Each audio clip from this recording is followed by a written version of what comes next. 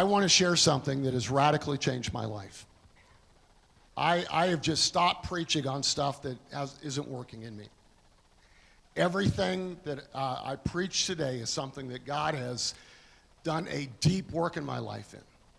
And so the title of the talk today is Our Elusive Hunt for Happiness. Do we have that title slide, you guys?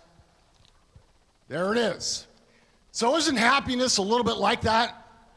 You know, grabbing that helium balloon, trying to, how do we hold on to it?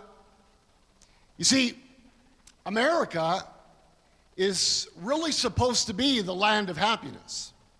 This is where everyone comes. You know, people want to come to America.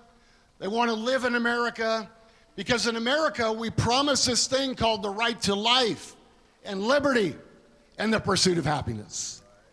This is where we can be happy. This is where we can find everything we need in life. And I'm a part of that. I'm a Canadian. I came to America in 1984. And I love America. I love what this country stands for. I love that the gospel's going forth from this country around the world. I love that there's these amazing churches that are just peppered and salted all over our country, and that there's these great, men and women that are proclaiming the gospel, and so many wonderful things in America. I love Canada too. It's a good country. We don't have as many people or as much money, or, we got 2 tanks and a submarine, but that's why we live close to you. Because we know nobody's going to let anything happen to Canada as long as America's next door, right? So we're in good shape. So we just took all that military money and we poured it into our health care, and everyone gets free medicine in Canada. It's an awesome thing, so thank you.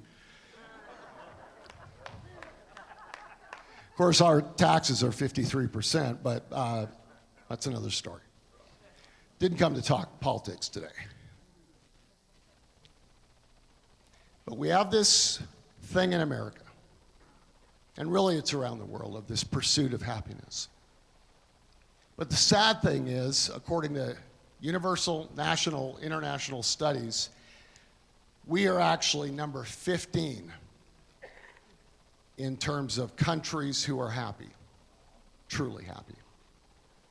And so I got that because I found myself 10 years ago coming out of my addiction, coming out of my sin, coming out of my brokenness, 23 years of secrets uncovered, destroyed my marriage, lost everything financially, house in foreclosure, bankruptcy, empty bank account. Literally, I got so low at one point, I had to borrow money from my best friend just to make it through a month, which was just devastating.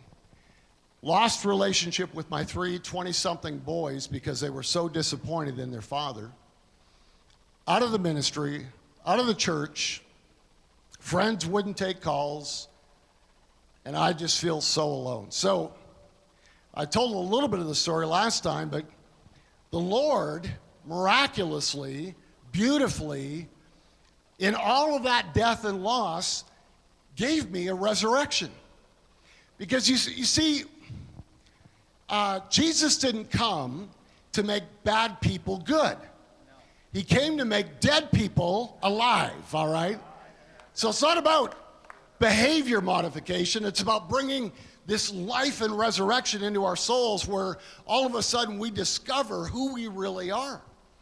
And we discover what God can really do. So this resurrection came into my life, and slowly he began to just bring all of this goodness and love. And the most beautiful thing was he set me free from my past, completely delivered me from my past. Listen, I spent all of these years waking up every day addicted to this sin. Couldn't stop it. Couldn't let it go. I'd have periods of freedom, and then I'd go right back to it. And it was just like this never-ending cycle this addictive slavery to the pornography and to the lust and to the mess that happens in that world. And I was just like, I remember looking in the mirror and saying, oh God, deliver me from this. Oh God, help me. And then finally, after years and years of never getting free, it was more like I'd look in the mirror and say, I hate you. I hate who I see in the mirror. I loathed who I'd become. And I didn't know how to get free. And the problem was, I thought that I had to do it alone. Because in the church world, sometimes we feel like, well, who can I really trust with my story? Like, what if I share this? Will I lose everything? Will I be kicked out? Will I be marked? And I thought, I gotta win this on my own. I can't take the risk of trusting anyone with my story. And it didn't work. Finally, by God's terrifying grace, I don't know if you've ever experienced that, but it's a beautiful, scary thing. The terrifying grace of God came and exposed my sin. He gave me 1,000 chances to deal with it in a private way. But finally, he saw I was never going to do that, and by his grace, he said, okay, I'm pulling it back so you can be set free. Yeah.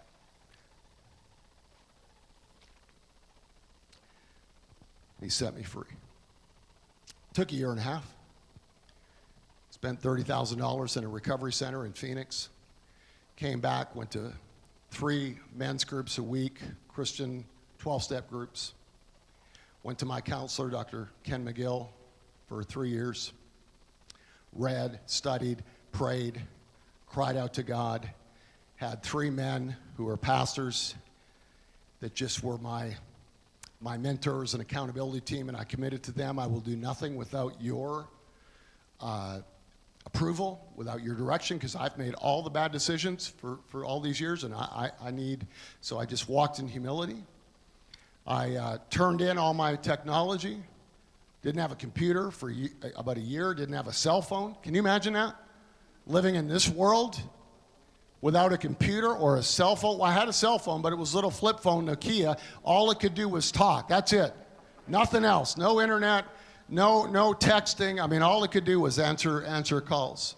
I mean, I radically just gave my life to say, Jesus, I am going to get free.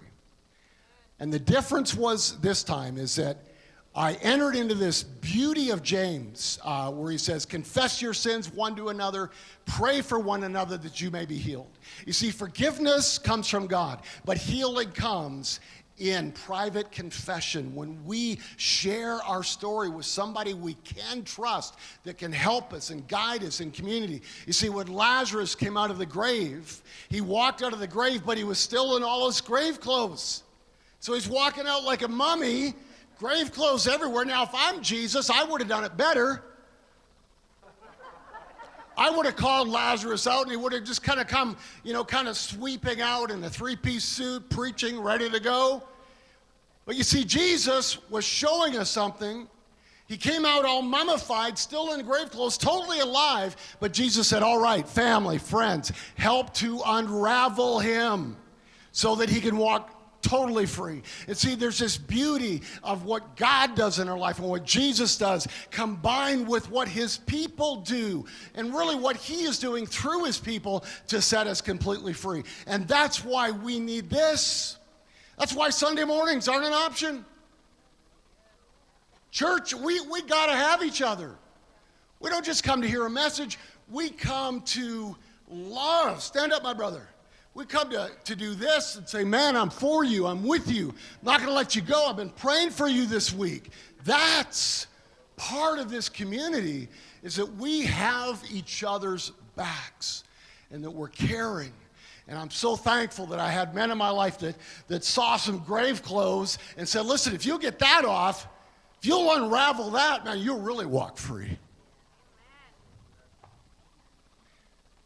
So just over a year later, completely free. 23-year addiction, completely free.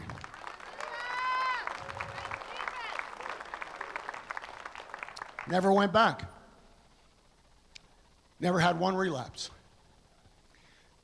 And by God's grace and his good people and my beautiful wife and all of those that I've surrounded my life with, never will. By God's grace. This isn't human will. This isn't I did it. This isn't white knuckling. This is freedom. It's just getting up in the morning and not even thinking about it anymore because I'm just so free inside. And I've got too many other things I'm thinking about. Jesus is so beautiful. His resurrection is so powerful. And so, I'm walking free now. A year and a half later, this is 2010, so it's been close to 2012 now. I'm living in freedom out of this, terrible past. Addiction's gone. But I'm encountering something else, folks. There's this thing that it stayed with me. And I didn't know what to do with it. And it was ugly. I don't know really how to even describe it. People call it despair. They call it depression. Remember going to my counselor, I said, why, I'm free from this. Why am I so depressed still? Why am I living in this despair? And really, why am I not happy? Where's the happiness that should be following right now? And my counselor said, well, Blaine, you've been through a lot. And the truth is, in the psychology community, it goes like this. If you've had one major loss in your life, it'll take a year for you to recover out of that grief and sorrow and sadness, a year. And you had 5. You lost all your money, you lost your reputation, you lost your career, you lost your marriage, you lost your kids. He said, you can count on 5 years. Well, thank you, brother. Just paid you $150 to tell me my life is going to suck for 5 years. I really appreciate that. And when I talk about depression, I know we've all been depressed here. There's not a person in this room that hasn't suffered with some level of depression. Some a little bit more, some a little bit less, and some like me where you just wanted to die. I mean, where I felt like I was in the deepest, darkest hole, couldn't see, kept scrambling, trying to get out, and never saw the light of day. When they call it depression, I used to listen to people, are you depressed? Well, you'll get over it. Everything will be fine. It's just a little depression. I couldn't even call it depression. It was like a monster from hell that wouldn't let go of me.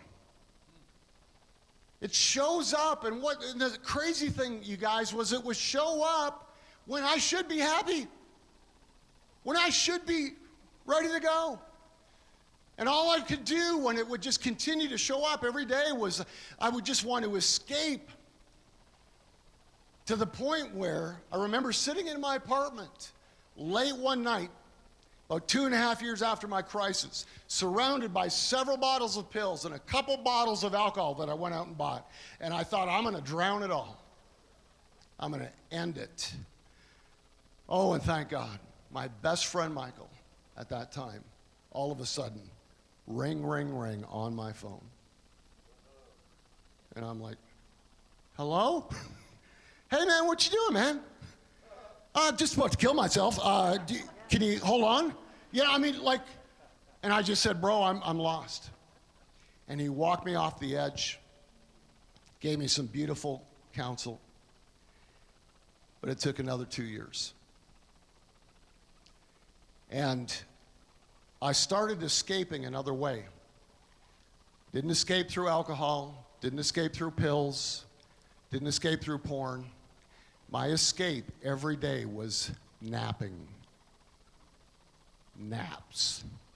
It was the safest, healthiest way to escape. Because I knew if I could get to sleep, it wouldn't exist while I was sleeping. I wouldn't feel it. The problem with naps is I kept waking up. And I'd go a little while, and then I'd nap again. Like I was a professional napper. I could nap anywhere, anytime. But I had a job, too, so that kind of interfered. So it still was incredibly burdensome and troublesome. And so as a Jesus follower and as a lover of God now, and I'm pursuing Jesus, and I'm so grateful for the freedom from my past, I'm now pursuing him for freedom from a broken heart. Because Jesus came and he said, I'm going to set the captives free, but I'm also going to heal broken hearts. That's our soul. See, there's people that when they get into captivity and when brokenness comes in and when they suffer loss and when sin begins to break us, it not only does that happen, but then the heart, the soul breaks as well. And I began to seek into the kingdom of God and say, Jesus, how can you bring healing to this broken heart? So I started reading the Bible everywhere. I went all the way back to the Old Testament. And I love the Old Testament because it gives us just such a beautiful picture and preparation for the coming of God through Jesus. And we see so many types and shadows that are preparing us to receive the Messiah. But all the rabbis in these 39 books that were put into canon. Now, canon, you understand, is what we would consider the scripture, all right? So the books that are in the Bible. In the New Testament, canon was established in just after the year 300, where they said, okay, these are the 26 books of the New Testament. So when they were canonizing the Old Testament, there were 3 books that they weren't sure about. They weren't sure about Esther. They weren't sure, well, the reason they weren't sure about Esther was because there wasn't one naming of God in the entire book of Esther. There was no Jehovah or God or the Lord. It's a story. It's a beautiful story, and it's a narrative and picture of God and of his love for us, and that's why they included it. And then the second book that they debated on was the Song of Solomon, for obvious reasons. If you've ever read it, I would classify Song of Solomon as PG-13, couple verses, closing in on R. Like it's pretty descriptive, but it's kind of fun descriptive, It's like your teeth, like it's these 2 lovers. They're just talking back and forth, and it's a beautiful picture of both human love and marital love, but also God's love for us and this intimacy that we can have with each other and with God. But, it's kind of they're fun descriptions. Like, the guy says, oh, honey, my beloved, your teeth are like sheep dancing in the field. And so it's fun, but then it is descriptive. But they kept it in. And then the third book that they debated on was Ecclesiastes. They weren't sure about this book because it was so depressing. Don't know if you've ever read it, but if you're having a bad day, you might move over to Psalms. But I came across this book, and you can imagine this depressed soul, this man that just cannot get out of his despair, comes across Ecclesiastes, written by Solomon, this incredible king, richest man in the world, most powerful man in the world. I mean, he had money and palaces and servants and entrepreneurial endeavors. I mean, there was no man that was more respected in the world at that time than Solomon. And so here is Solomon, and he's writing this book. And so I'm like starting to read it, and I open the first chapter. And so chapter 1, I get down one verse. Now I'm looking for answers, right? Trusting God to get me free. And I read this verse 2, and it says, meaningless. Meaningless, says the teacher. Utterly meaningless. Everything is meaningless. Woo! That's a promise I can stand on. Oh, yes. Thank you for meaninglessness, Lord. And I'm like, what is going on? Is this even in the Bible? And I'm like, it's got to get better. And I look up the word meaningless. I felt like I knew what it meant. But it literally means, or it's a Hebrew word, hebel, which means vapor or smoke. He said, life is just like this vapor. You think you have it and you don't. It's there, it's gone. And I thought, oh, that's so true. Thought I had, oh, it's gone. Bought a new car, happy, gone.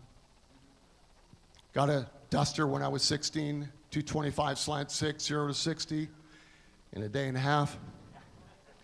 But that happiness vapor was gone. Then I had to get a Camaro, green, black stripes, Happy, happy, vapor gone. Camaro's great. Get a Firebird. Firebird, happy, happy, vapor gone. Trans Am. I just kept going up. Till finally I got to my ultimate car, the car that I thought would really bring me true happiness. I finally saved enough money over time to buy a Porsche 911. Happy, happy, happy. Happy, happy. I mean, happiness did last a little bit longer. But then it was gone. Sold the Porsche. I'm not against cars. I love cars. Still got one. But I found out all of this life in this world, as Solomon said, is like it gets vaporized. But I kept reading. So I'm now in chapter 4. I thought it would get a little bit better, but no. It says, I declared that the dead who had already died are happier than the living who are still alive. Better than both is he who has never yet been, who has never seen the evil that can be done under the sun. Oh my goodness. But I just kept reading. And I just kept reading.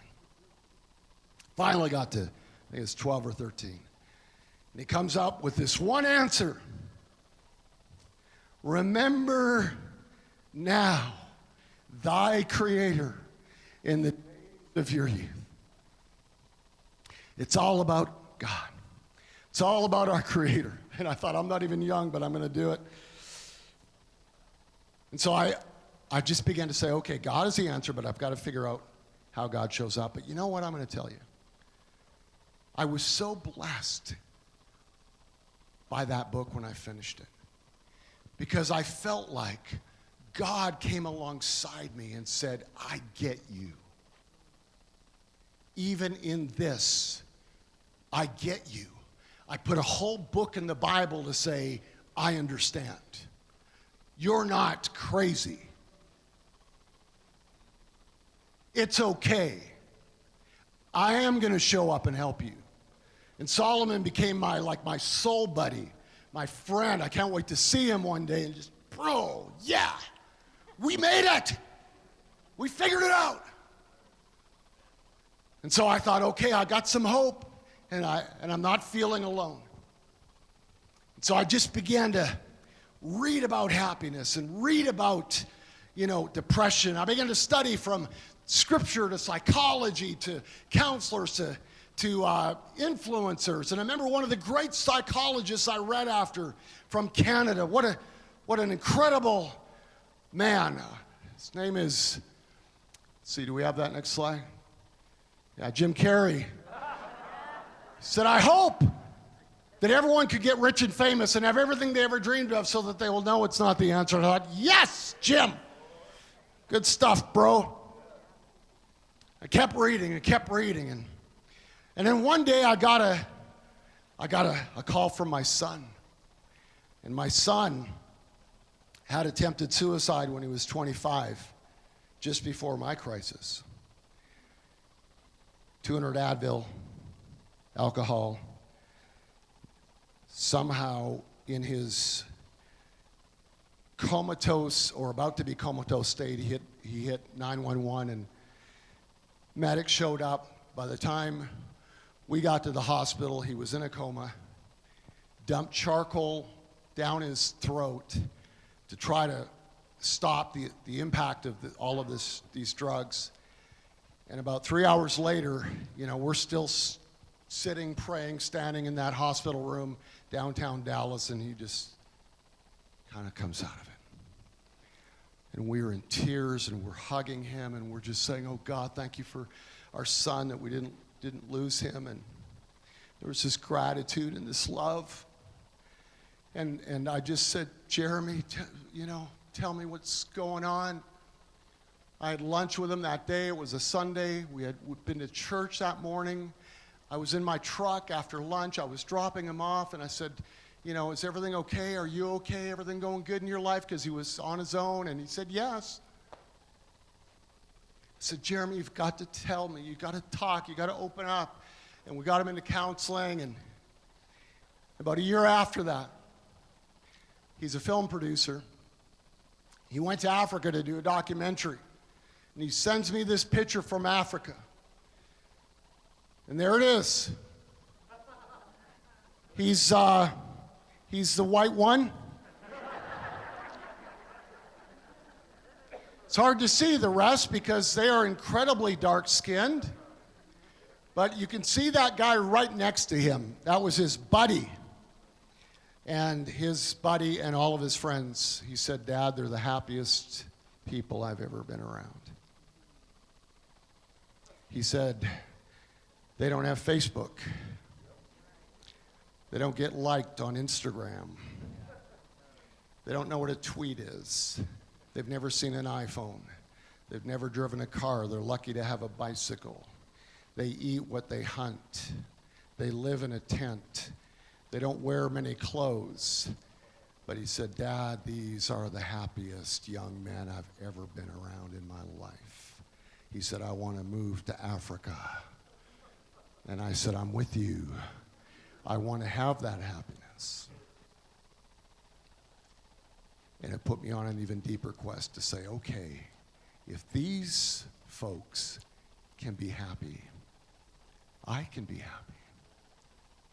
What is the secret?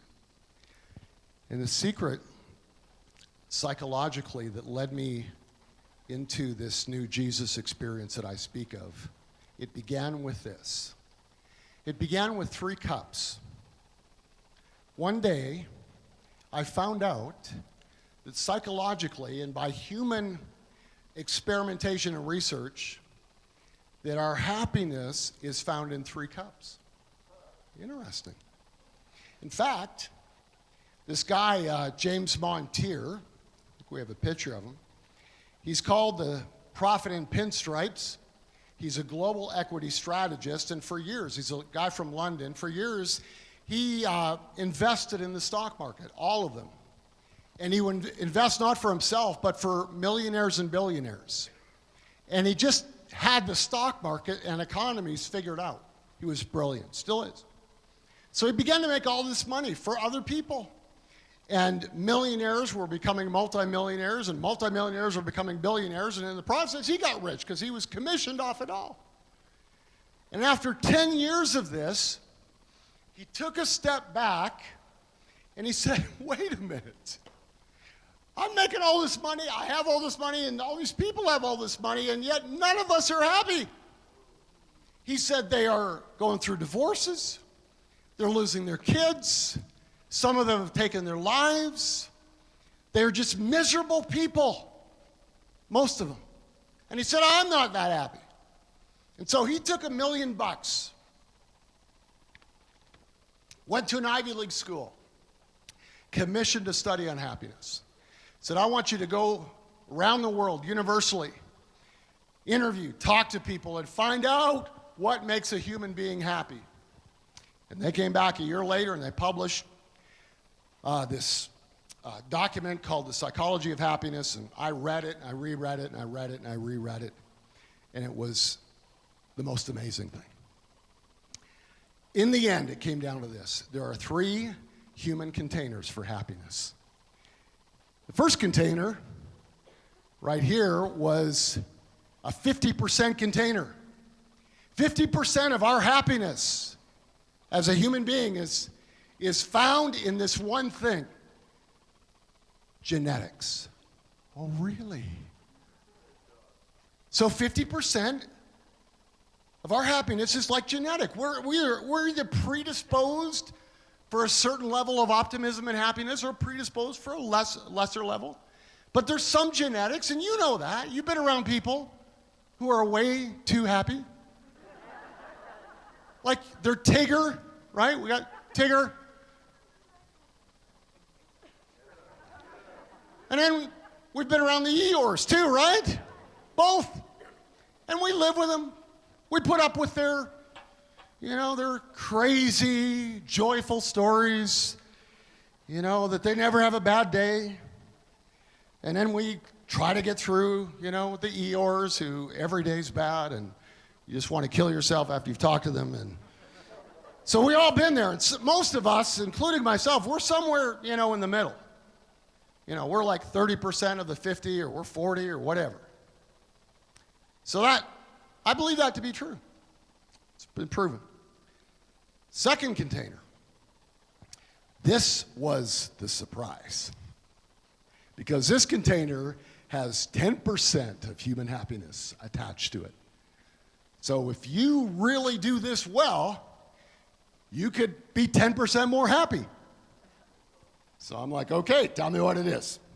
And I find out this is what it is. Circumstances. How much money you have, what kind of car you drive, what kind of job you have, who you married, what color your skin is, where you were born. Circumstantial events bring 10% of our happiness. And I thought, oh my goodness, has America ever been lied to? Because we are telling everybody through commercials, through television, through social media, we're telling everybody, if you want happiness, just get a new car, get a new wife, get a new job, move to a new city. All you need is new. All you need is something else. There's just one more thing, and finally, no. So we're investing 100% of our energy, our life, for a 10% return. And we wonder why we're not living into this happiness. Now listen, I want to make no mistake this morning. I want the 10%. I'm not willing to give it up. Like, I'm going to do everything in my power to fill the 10% up with stuff that I enjoy, and like have transportation, have shelter, and live in a good community, and keep advancing and keep growing, and being a better leader, and being better. So I want all that, but I've come to realize that's not the primary answer. And so I finally got to number 3. And this is the cup, ladies and gentlemen, brothers and sisters, beloved. This is the cup that will change your life. This is the Jesus cup. Let me explain. They came to the conclusion, secular study, that 40% of human happiness and joy comes from intentional activity.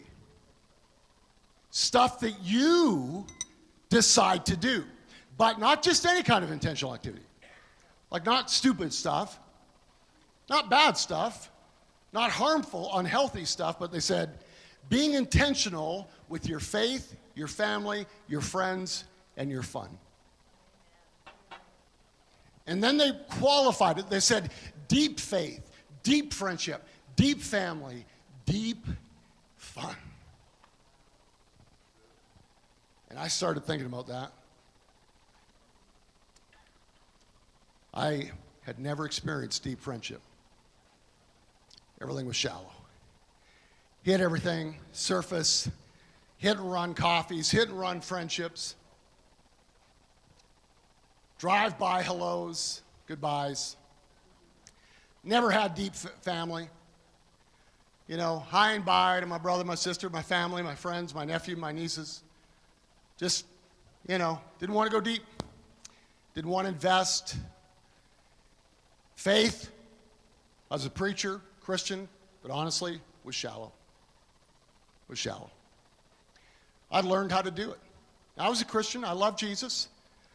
But I learned how to preach. I learned how to communicate. I learned how to do television. I learned how to write. I learned how to do all that stuff. And I could do all that stuff well enough to, influence people, and they would receive, and it was the scripture, and it was the word, and I'd talk about Jesus so they'd be helped. And that was all good. But in terms of my own life, there wasn't this deep crying out to God, this deep faith in my own soul. I would study the Bible just to get a message. Oh, that's good. I'd be halfway through some crazy event in my life that was happening in the moment as a preacher, and I'd already be writing a sermon about it. Oh, this is good. That'll go good in my message next week. So I didn't have this buying in, this going deep with God and really knowing who Jesus was and letting Jesus transform my soul to transform my heart, to preach and speak and live out of this truly born again relationship, this truly new birth. And then I wasn't having any fun, because we don't have a lot of fun anymore in America, because we're just going so hard. We're working so hard, and we're going here, and we're going there. Everyone's got 3 jobs and got to take care of the kids. And when do we really engage in fun? And I was reminded that God put Adam and Eve in a garden full of adventure and lakes and rivers and trees and crazy animals.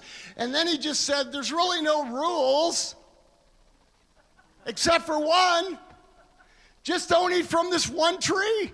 That's it. Other than that, no rules. That sounds like fun. Like, just go and enjoy and build and do. And it just,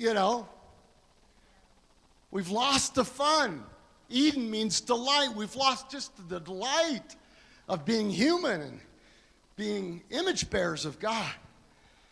So I thought, okay, 40%. And I thought, okay, let's say I got 30% genetics. Let's say I even get 5% of circumstantial. That's 35. If I can get 40% intentional, I'm up to 75. And I'm going to be happy most of the time. And I'd been depressed most of the time, so I thought, I'm working on that. And so I said, God, tell me how to do it. Show me how to do it. I'll leave you with this. He said, read the first message that I brought to mankind after Eden, face to face. Really? Okay. There's this thing called theophany. It's a theological word for the appearance of God or the seeing of God. We can have theophanies.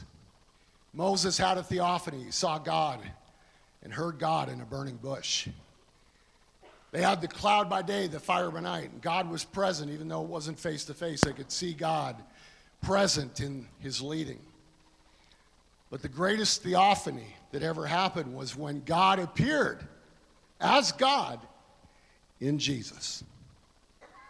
Paul calls Jesus the express, exact representation of God. This is what God looks like. This is who God is. This is how God talks. This is what God believes. Everything we need to know about God is in Jesus. And so he said, I want you to read the first message I had to humankind face to face after the garden. And I went and found it. Matthew chapter 5.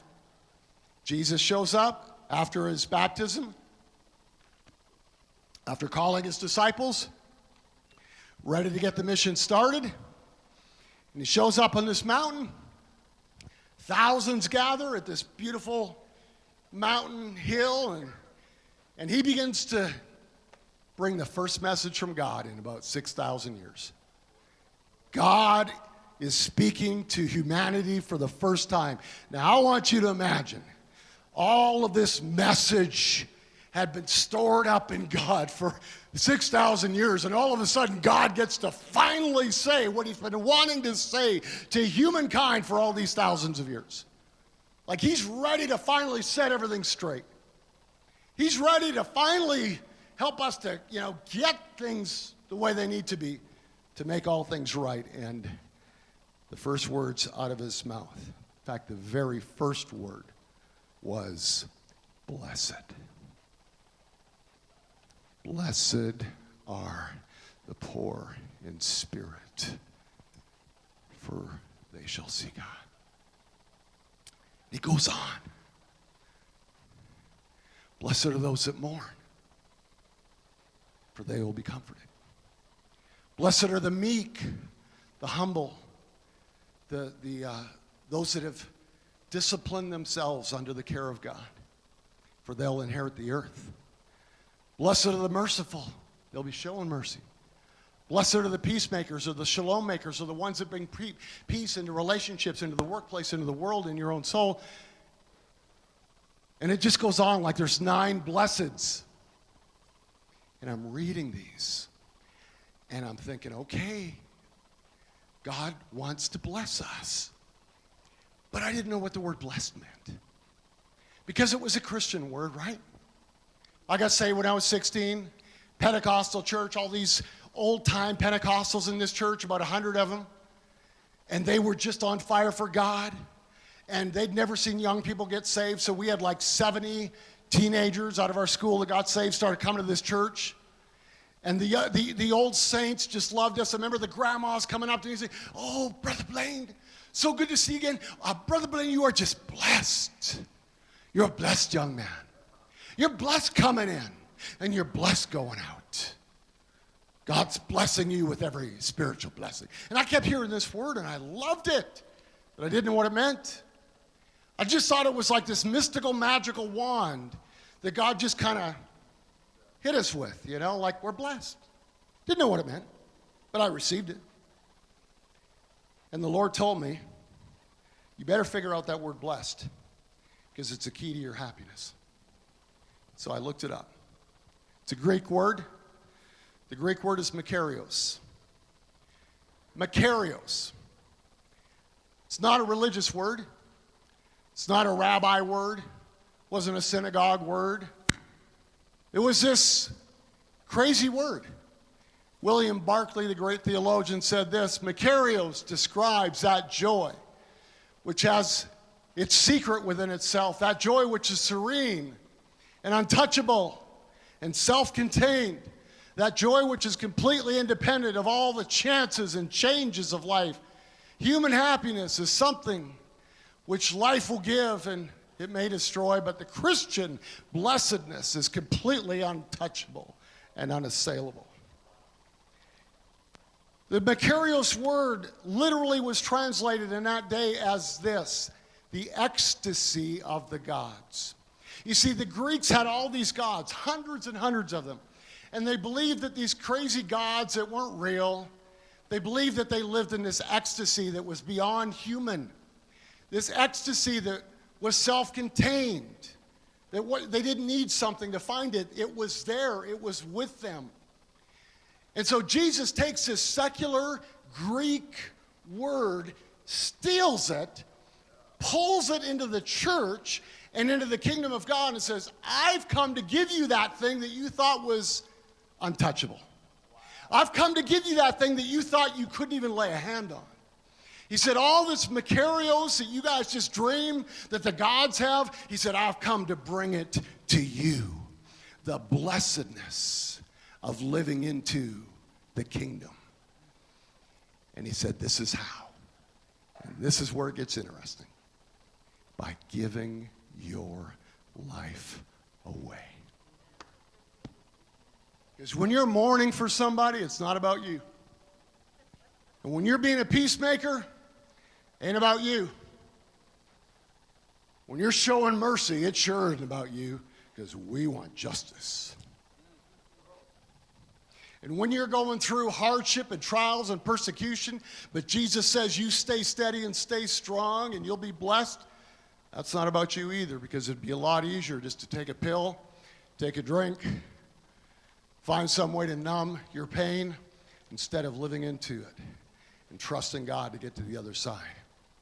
You see, all of this blessed stuff is the way of Jesus, the life of Jesus, the giving of our life away to our brother, to our sister, even to our enemies, loving people well, loving our spouse well, loving our family well, loving our kids well, loving this world with the love of Jesus.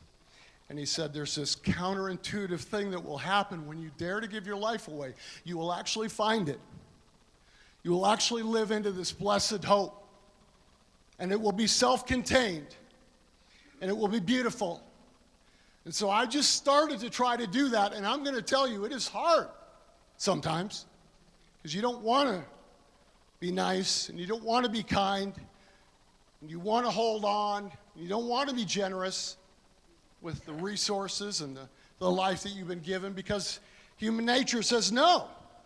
Human nature says there's a scarcity mentality that we got to hold on. But Jesus said, I want you to give your life away. If someone asks for your shirt, give me your coat and the shirt. Someone says, hey, I need you to go a mile. I said, go 2. I said, give your life away and watch what happens. And slowly but surely, my soul began to be transformed, and I began to live into this, and I began to pray into it, and I began to step into it, and God began to change everything. And I can tell you today, 5 years later, I am a happy man. I'm a Makarios man. I'm living into a joy that I didn't even know existed. And I know how to do it every day. I just keep giving my life away. And life keeps coming back. Because anytime we lose our life for Jesus, he saves it and multiplies it 30, 60, 100 times whatever we walked away from or whatever we sowed. Oh, I love this life.